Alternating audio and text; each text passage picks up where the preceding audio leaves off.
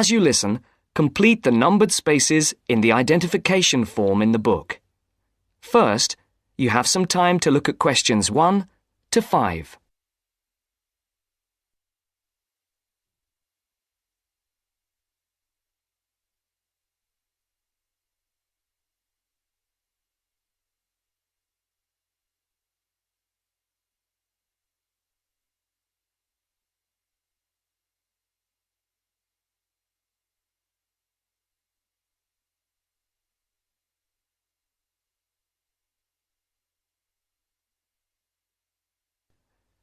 You should answer the questions as you listen, because you will not hear the recording a second time.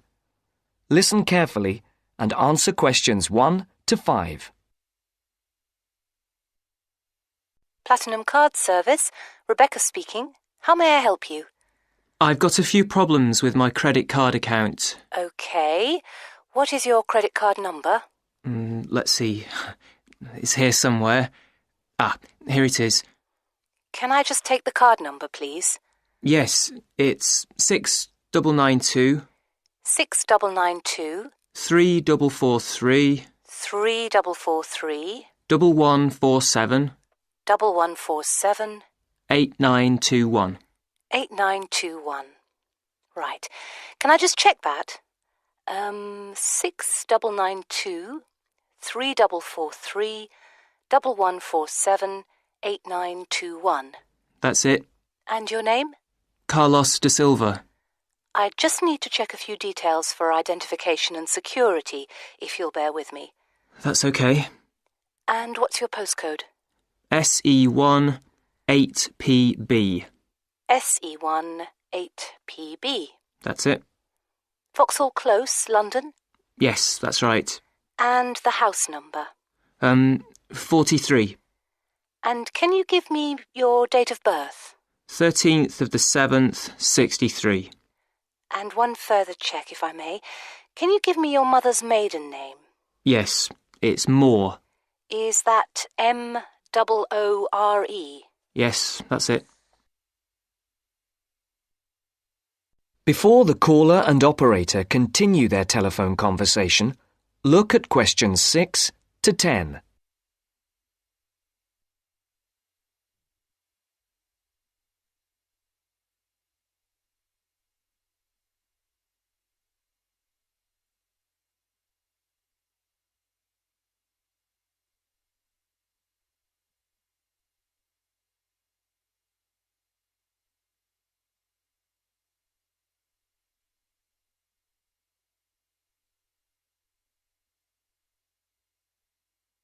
Now listen to the next part of the conversation and answer questions 6 to 10.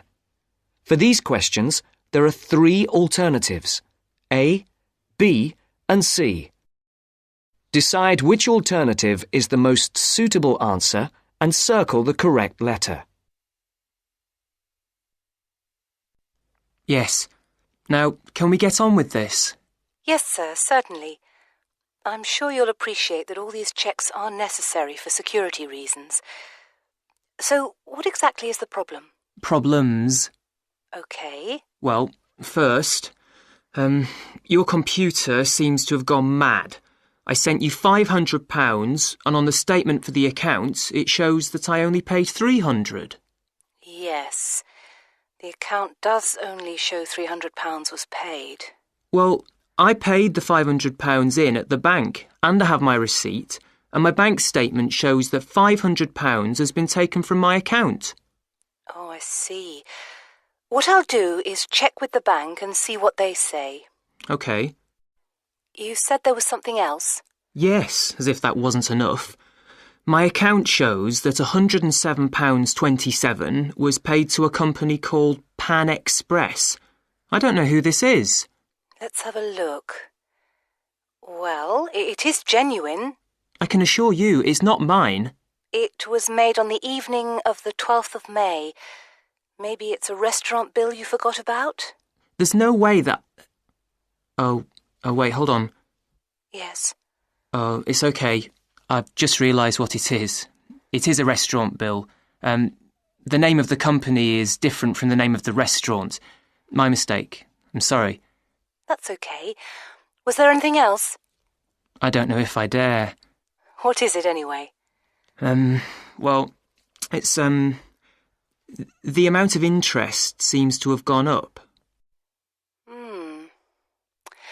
If you look at your statement for April, you'll see that the rate went down from 16.27% to 14.99% that month. Oh, yes, you're right. Was that everything? Yes, basically, it is. Okay. And can you check my payment? Oh, yes, I'll do it. Can I phone you back?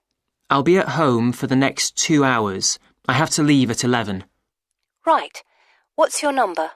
020 7989 7182. Hold on.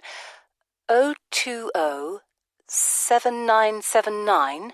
No, it's 7989 and then 7182. So it's 020 7989 7182. Yes, that's it. Okay, I'll phone you straight back. Thanks. Bye. That is the end of part 1. You now have half a minute to check your answers.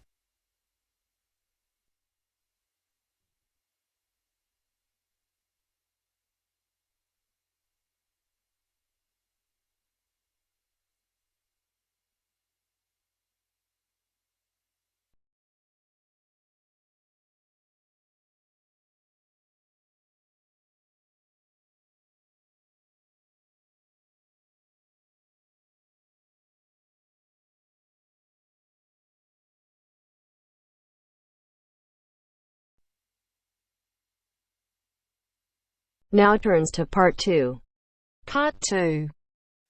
You'll hear part of a free class about safety around campus. First, you have some time to look at questions 11 to 14.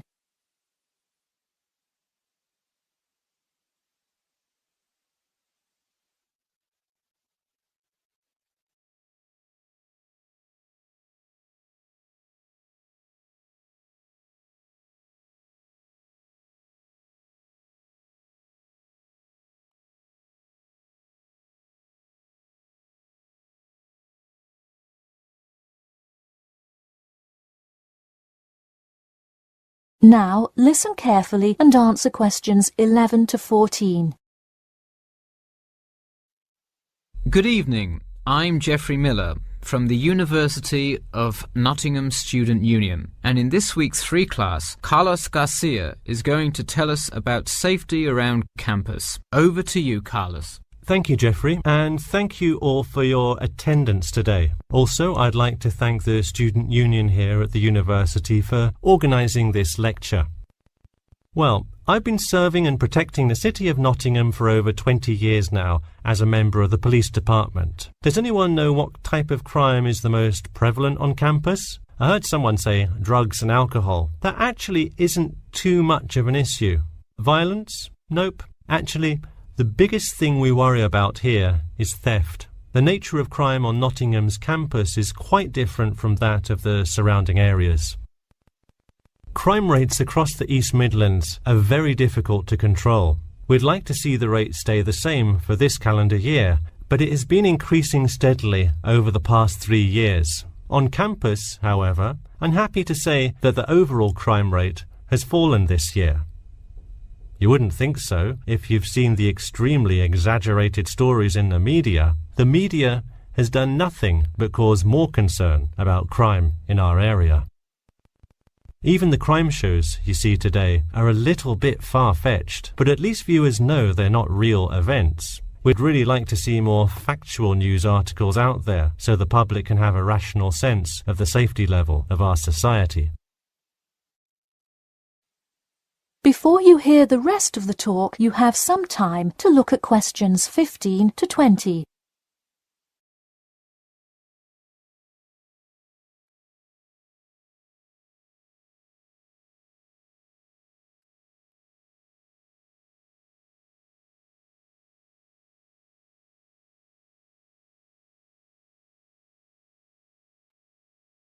Now listen and answer questions 15 to 20.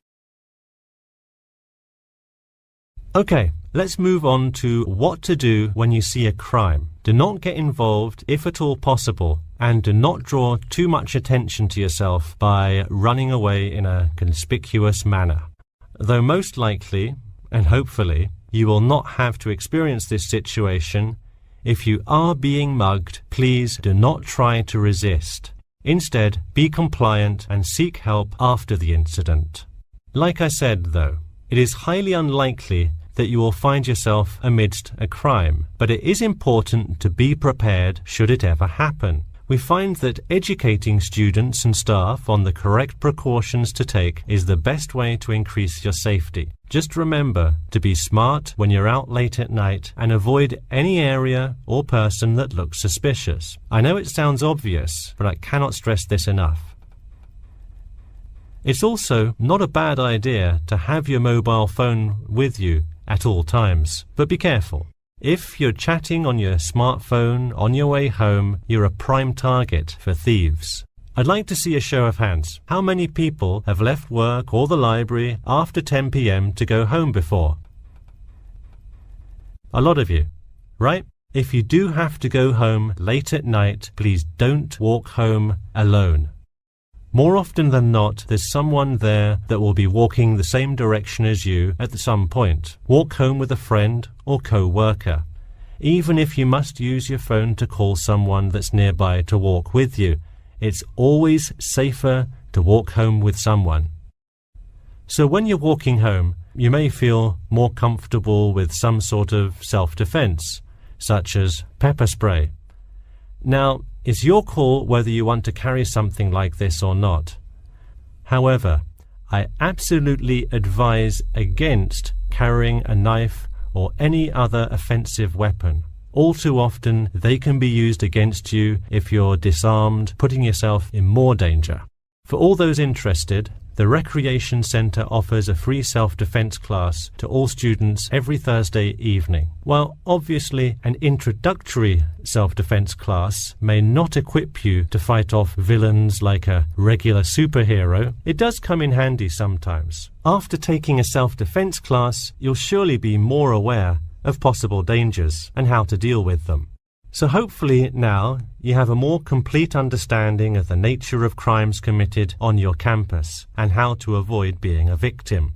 I know most students at the University of Nottingham are not the criminal types, but remember that there is no barrier like a wall or something keeping non-students out. There's no army force securing the borders, and I doubt anyone wants it that way. The campus is generally a safe place, but it's not immune to small crimes once in a while. Alright, that's all I have to say for today. Stay safe. That is the end of part 2. You now have half a minute to check your answers.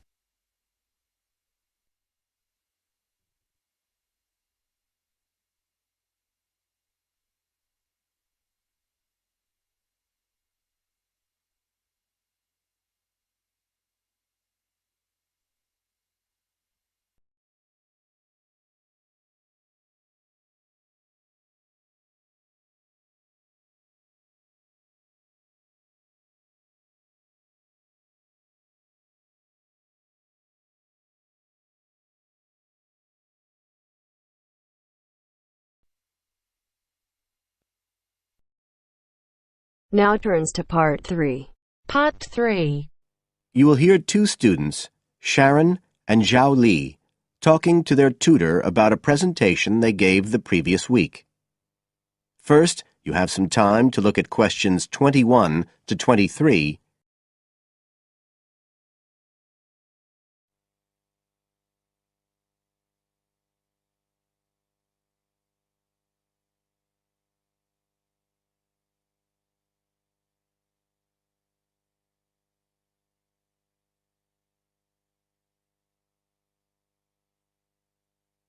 Now listen carefully and answer questions 21 to 23. So, Sharon and Zhao Li, In your presentation last week, you were talking about the digital divide, the gap between those who can effectively use communication tools, such as the internet, and those who can't. And you compared the situation here in Northern Ireland with Southeast China. Right. So I asked you to do some self-evaluation, watching the video of your presentation and thinking about the three main criteria you're assessed by: content, structure and technique. What do you think was the strongest feature of the presentation when you watched it? Sharon? Well, I was surprised actually, because I felt quite nervous. But when I watched the video, it didn't show as much as I expected. So which of the criteria would that come under? Confidence? That's not actually one of the criteria as such. Zhao Li? Technique? It's body language and eye contact, isn't it? Well, I didn't think I looked all that confident, but I think that our technique was generally good, like the way we designed and used the PowerPoint slides. So, you both feel happiest about that side of the presentation? Yeah. OK, now on the negative side, what would you change if you could do it again? Well, at first I'd thought that the introduction was going to be the problem, but actually I think that was OK. We defined our terms and identified key issues. It was more towards the end. The conclusion wasn't too bad, but the problem was the questions. We hadn't really expected there'd be any, so we hadn't thought about them that much. OK, anything else? Well, like Zhao Li says, I thought the conclusion was okay, but when I watched this on the video, I thought the section on solutions seemed rather weak.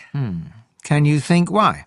Well, we explained what people are doing about the digital divide in China and Northern Ireland, but I suppose we didn't really evaluate any of the projects or ideas.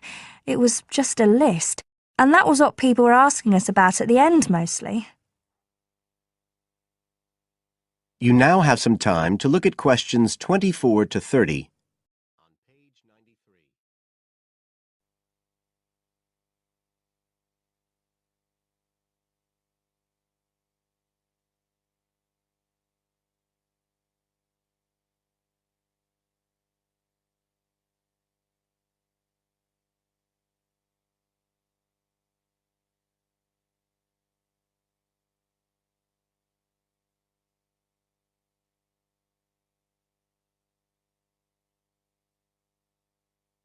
Now listen and answer questions 24 to 30. OK. Now, I also asked you to get some peer evaluation from the other students. Yes, well, people said it was interesting, like the fact that in China the internet was used more for shopping than in Northern Ireland. They said sometimes it was a bit hard to understand because we were talking quite fast, but we didn't think so when we watched the video. No, it's a bit different, though, because you know all this information already. If you're hearing it for the first time, you need more time to process it. That's why signposting the structure and organisation of the talk is important. That seemed OK. No one mentioned that as a problem. Some people said that we could have had more on the slides, like some of the other groups had nearly everything they said written up on the visuals as well. But other people said the slides were good. They had just the key points. Yes. And most people said we had quite good eye contact and body language. They all pointed out we'd overrun. They all said we were 5 minutes over. But we timed it afterwards on the video, and it was only 3 minutes. We were a bit unsure about the background reading at first, but I think we did as much as we could in the time. Anyway, no one commented on that under content. But one thing that did come out was that they liked the fact we'd done research on both Northern Ireland and China. Most other people had just based their research on one country. We managed to get quite a lot of data from the internet, although we had to do our own analysis, and we did our own surveys as well in both countries. So the class gave us best feedback for content, but it was all OK. Right. Well, that's quite similar to the feedback I'm giving you. I was very impressed by the amount of work you'd done and by your research methodology. So, actually, I'm giving you full marks for content. 5. The structure of the presentation was good, but not quite as good as the content. So I gave that 4, and the same for technique. So, well done. Thank you. Now, the next stage is to write up your report. So, just a few pointers for you here. First of all, in your presentation, I think your ending was rather abrupt. You suddenly just stopped talking. Yeah. It wasn't a big problem, but think about your closing sentences in your report. You want to round it off well. One thing I forgot to mention earlier was that I felt a very strong point was that after you'd given your results, you explained their limitations. The fact that we didn't have a very reliable sample in terms of age in China. Yes, that section. So don't forget to include that. And you had some excellent charts and diagrams, but maybe you could flesh out the literature review a bit. I can give you some ideas for that later on if you want. OK, is there anything else you want to ask? No, thank you. Thanks. That is the end of part 3. You now have half a minute to check your answers.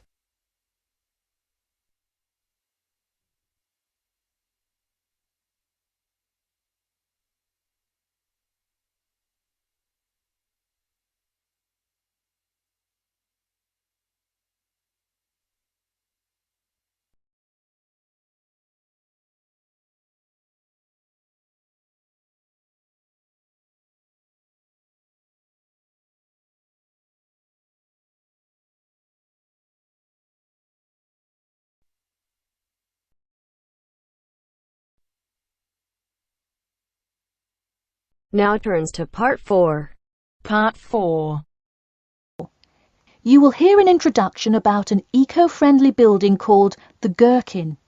First, you have some time to look at questions 31 to 40.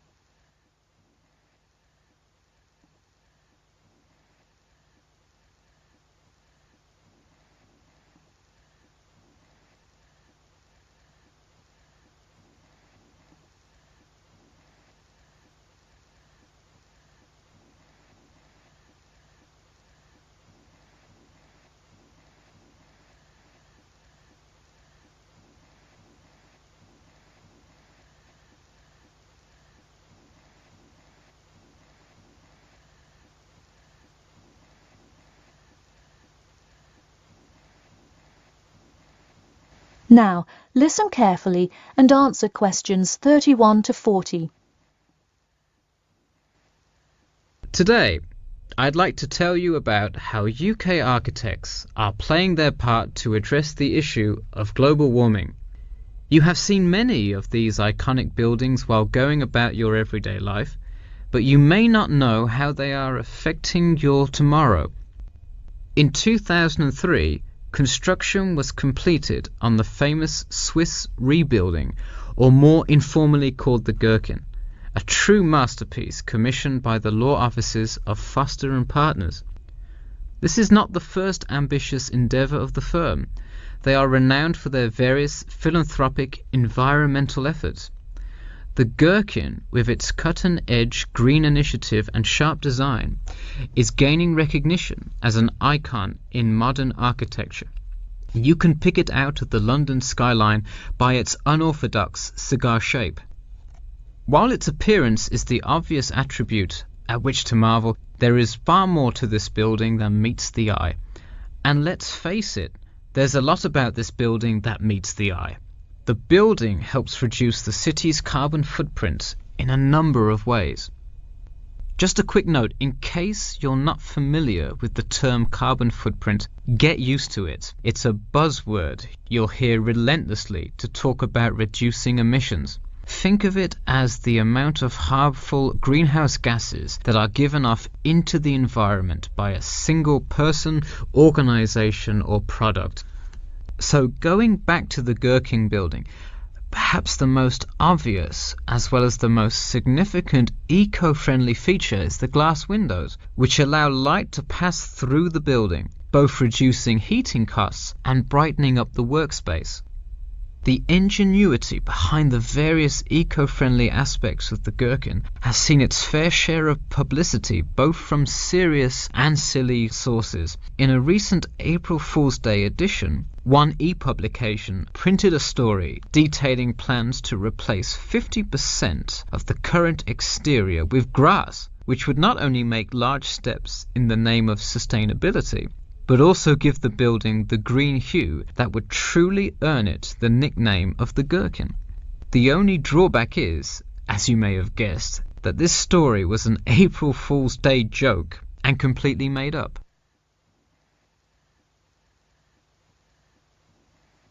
In all seriousness though, the building is setting a new standard of design that other architects and city planners just cannot ignore. The building's bold and cost-efficient design has won a number of architecture awards, including the Stirling Prize, the London Region Award, and the Empress Skyscraper Award, among others.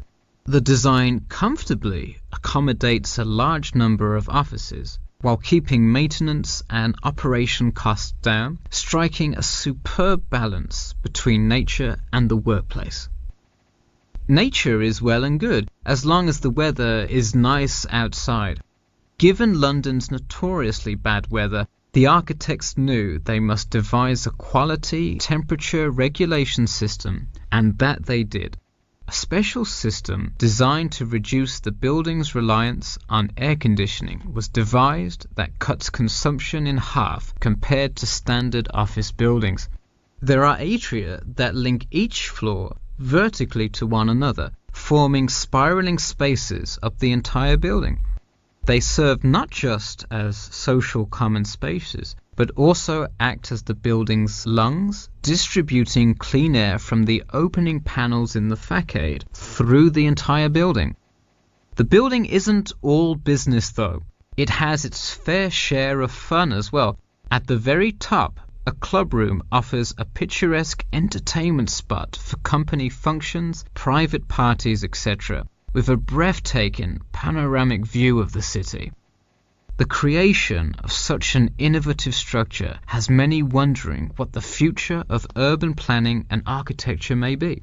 Well, if the other projects currently commissioned by Foster & Partners are any indication, the entire city constructed with similarly eco-friendly buildings is not far in the distance. The Masdar City development aims to create a desert city that produces zero waste and removes as much carbon dioxide from the atmosphere as it puts in, a huge feat in protecting our Earth. The gherkin is a truly impressive feat, yet it is not the only one worth noting. Now to move on to another green initiative, I'll tell you about the Eden Foundation building found in Cornwall. That is the end of part 4. You now have half a minute to check your answers.